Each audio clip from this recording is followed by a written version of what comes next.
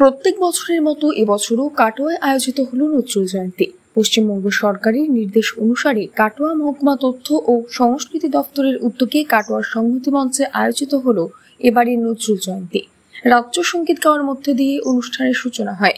অনুষ্ঠানের মঞ্চে নিজের সঙ্গীত পরিবেশন করেন বিশিষ্ট শিক্ষক তথা কাটোয়া পৌরসভার পৌরপ্রধান সমীর কুমার সাহা। জন্মদিন উপলক্ষে বিভিন্ন অনুষ্ঠান এখানে পারফর্ম হবে এবং সর্বোপরি যেটা বলার কথা যে নজরুল আমাদের জীবনে কত প্রাসঙ্গিক এবং সত্যিকারের মানুষ হতে গেলে নজরুলকে স্মরণ করতেই হবে। অর্থাৎ তিনি সমস্ত ধর্মের ঊর্ধ্বে উঠে গিয়ে মানব ধর্মকে প্রতিষ্ঠা করতে চেয়েছিলেন।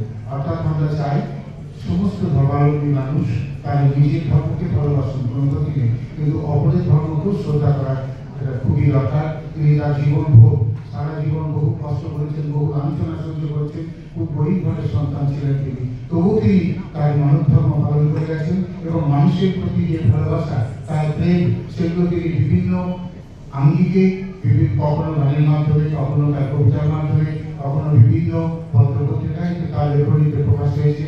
আমরা আজকে তার কিছু অংশ হয়তো এখানে দেখতে পাবো।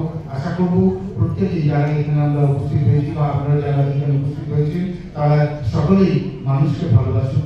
আমাদের প্রতিদিনকার জীবনে যে আমাদের বহুত্ববাদ, যে সাম্যবাদ, আমাদের যে কমিউনাল হারমোনি, এটাকে যেন আমরা রেপ্লিকেট করতে পারি আমাদের জীবনে, যেন এটাকে প্রকৃতপক্ষে আক্ষরিক অর্থে কাজে লাগাতে পারি এবং আমাদের যে হানাহানি, সাম্প্রদায়িক যে বিভাজন, এটার বাইরে উঠে এসে তোমরা যারা প্রথম পেয়েছো তাদের কাছে আরো স্পেশাল মেসেজ এটা আমার, যে আমরা যেন একটা হেলদি সোসাইটি, একটা সুস্থ সমাজ উপহার দিতে পারি।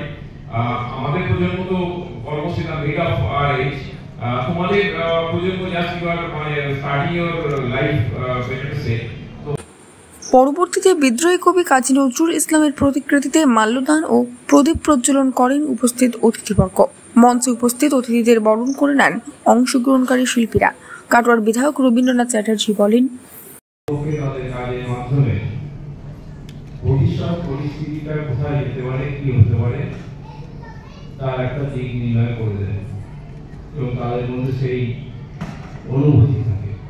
এখন আমরা বর্তমানে আমাদের সমাজের যে পরিস্থিতি, কাজী নজরুল ইসলামের বিভিন্ন কবিতা এবং লেখনীর মধ্যে যে বক্তব্য উঠে এসেছিল তা পুরোপুরি মর্মে উপলব্ধি করছি।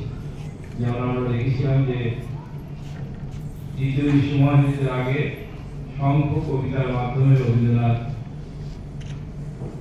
ভবিষ্যৎবাণী করেছিলেন যে তখনকার দিনের পরে একটা বিপজ্জনক পরিস্থিতি তৈরি হতে চলেছে।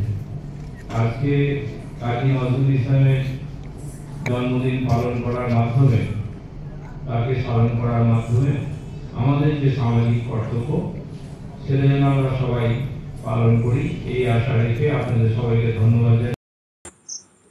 প্রায় শতাধিক শিল্পী এই অনুষ্ঠানে অংশগ্রহণ করে। নাচ, গান এবং আবৃত্তি পাঠ ও আলোচনা সভার মধ্যে দিয়ে চলতে থাকে নজরুল জয়ন্তীর সাংস্কৃতিক অনুষ্ঠান।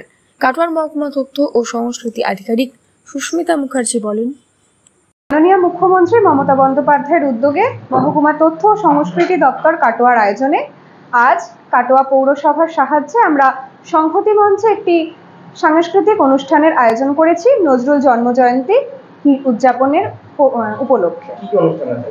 আজ আছে আমাদের নৃত্য, গীত এবং তার সাথে আলোচনা সভা, আবৃত্তি।